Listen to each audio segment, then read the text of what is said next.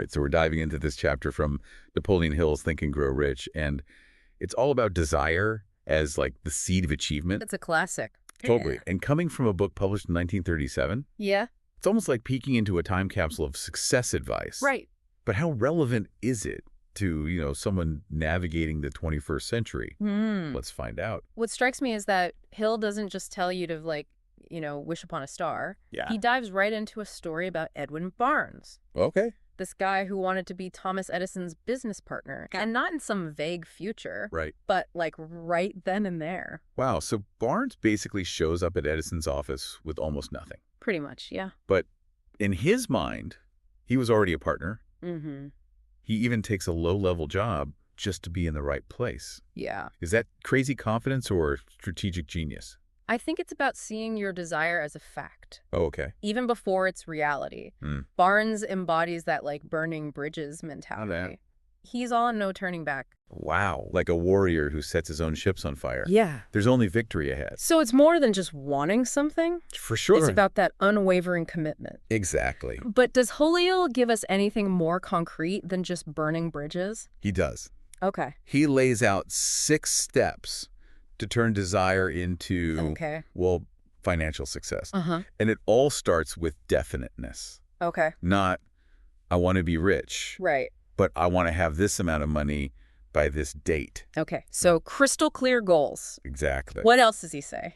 Each step kind of builds on that clarity. So you decide what you'll give in return for your goal. Right. No free lunches here. Makes sense. Then a date's plan, write it all down. Sure. And this is key. Okay. You read it aloud twice a day, visualizing yourself already there.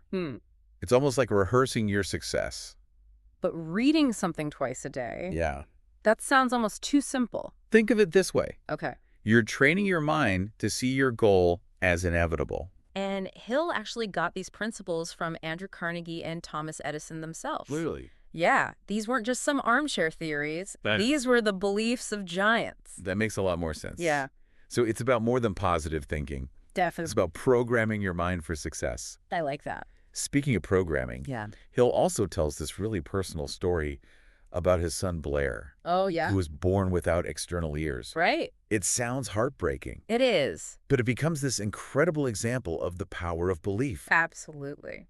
What Hill does is incredible. It is. He refuses to accept the doctor's opinion that Blair might be deaf and mute. Oh. He decides that Blair will hear and speak. Yeah. It goes beyond just hoping. For sure. It's like he bends reality to his will. It really is. He even uses all sorts of unconventional methods to instill this desire in Blair. Like what? Bedtime stories, even a Victrola. A Victrola. Yeah, and somehow it works. That's incredible. It speaks to the potential we all have to overcome limitations. Definitely. Hill's belief in Blair, Right. that unshakable faith, Yeah. becomes the catalyst for Blair's own journey. And Blair actually starts pressing his teeth against the Victrola while listening to music. What? Yeah. Really? Years later, they find out this was an early form of bone conduction. Wow. It's almost like he intuitively found a way to hear. That's amazing. Is it? Exactly. Yeah. Hill uses this story to show how adversity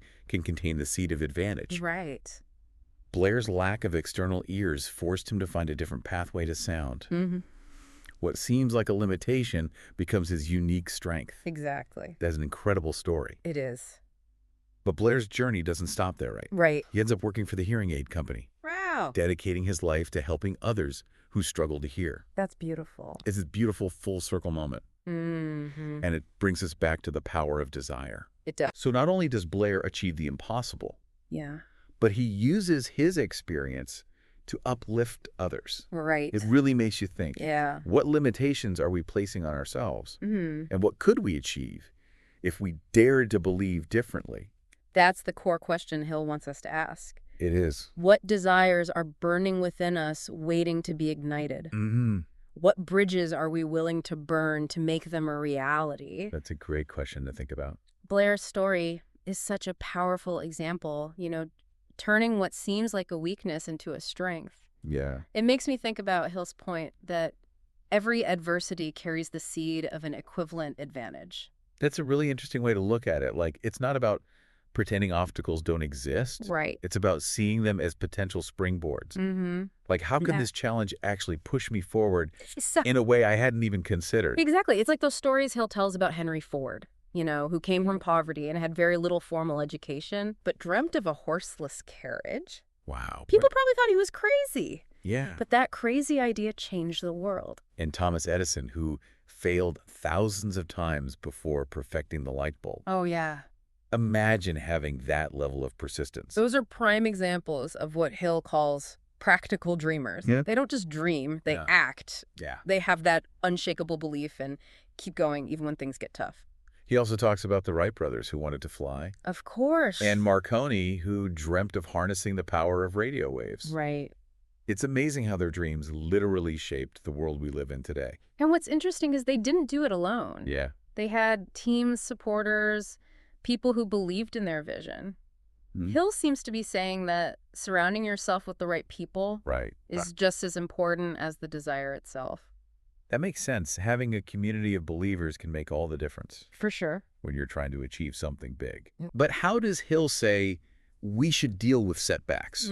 Because, let's be real, they're inevitable. Hill actually uses the example of the Great Depression. Oh, wow. As devastating as it was, he saw it as a breeding ground for opportunity. Okay. A time for fresh ideas and new ways of doing things. Well, instead of getting bogged down by the negativity, he saw it as a chance for innovation. Right. It's like he's saying, don't waste a good crisis. Right.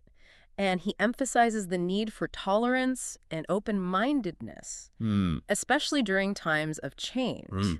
Okay. He urges us to be like the pioneers, those who embraced new ideas and dared to explore uncharted territory. It sounds like he's advocating for a growth mindset. I think so. Even when things are tough. Don't be afraid to challenge the status quo and embrace the unknown. Yeah. But he also seems to caution against just wishing for things without taking action, right? Absolutely. He says there's a difference between wishing for something and being ready to receive it. It's not enough to just dream. Right. You have to believe you can achieve it and be willing to do the work. So we've got burning desire, clear goals, unwavering belief, persistence, and surrounding ourselves with the right people. Yeah. Like, he's giving us this recipe for turning dreams into reality. It's a good recipe. But it all seems to hinge on that inner belief, doesn't it? He suggests that we need to cultivate an attitude of open-mindedness and faith. Okay. To really harness the power of desire. It's not just about willpower. Yeah. It's about aligning your thoughts, beliefs, and actions toward your goal. This chapter is like a pep talk for anyone who's ever had a dream. I agree. It's inspiring and motivating. And it pushes us to identify what we truly desire. Yeah. And then go after it with everything we've got. And he leaves us with this question. Okay. What would it take for you to cultivate that burning desire and make your dreams a reality? It's a question that invites us to look inward and honestly assess what we're willing to do. Right. To achieve what we truly want. And just when you think he's wrapped it up, Right. Hill dives even deeper into the power of desire. Yeah. With a deeply personal story. It's a story that not only reinforces everything we've been talking about, but reveals a surprising and unexpected layer to his philosophy. Let's explore that story in more detail. Okay. It offers profound insights into the nature of belief, the resilience of the human spirit, and the extraordinary power of a parent's love. So we've talked about burning desire, definiteness, unwavering belief. Yeah. But Hill takes it a step further, by sharing his own incredibly personal story about his son, Blair. This is where the rubber really meets the road. Yeah. Hill's son Blair was born without external ears. Wow. Imagine the weight of that, that perceived limitation. It's almost impossible to imagine. Right. But Hill refuses to accept the doctor's prognosis. He decides with unwavering conviction that Blair will hear and speak. It's powerful. It is. This isn't just positive thinking. Yeah. It's a parent's love transformed into a force of nature. Wow. Hill sees Blair's potential. Right. Even when others might only see the challenges. And he puts this belief into action. Yeah. He uses unconventional methods to instill that same desire in Blair. Like what? Bedtime stories, music through a Victrola, constantly reinforcing the idea that hearing is not only possible, Right. but inevitable. It's fascinating because years later, Yeah. they discover that young Blair would press his teeth against the Victrola while listening. Really? That's an early form of bone conduction. Wow. It's like he intuitively bypassed the limitations of his physical form. That's amazing. It is? But it doesn't stop there. No. Blair eventually does learn to hear. Mm-hmm. First through bone conduction, Yeah. and then through a hearing aid that opens up a whole new world for him. It circles back to that idea of adversity containing the seed of an equivalent advantage. Blair's journey leads him to not only overcome his challenge, but to champion others facing similar struggles. Right. He ends up working for the hearing aid company. Wow. Dedicating his life to helping others hear. It's such a testament to the power of belief. Yes. Not only in yourself, but in the potential of others. Definitely. Hill's faith in his son, Yeah. his refusal to accept limitations, Right. ultimately shaped Blair's destiny. This story brings a whole new dimension to the idea of burning desire. It's not just about achieving personal success. It's about channeling that desire to help others reach their full potential.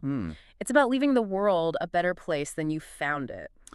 This deep dive has been quite a journey. It has. We've explored Hill's principles of burning desire, definiteness, unwavering belief, turning adversity into advantage, Right. and the power of persistence. Yeah. But ultimately, it seems the biggest takeaway is the importance of believing in yourself For sure. and those around you. And it leaves us with this question. Yeah. What dreams are burning within you, waiting to be ignited? What impact do you want to have on the world? If there's one thing we can learn from Hill and from Blair's remarkable story, it's that with enough desire, belief, and action, Absolutely. almost anything is possible. I love that. Thanks for taking this deep dive with us. Of course. And remember, the only limitations are the ones we set for ourselves.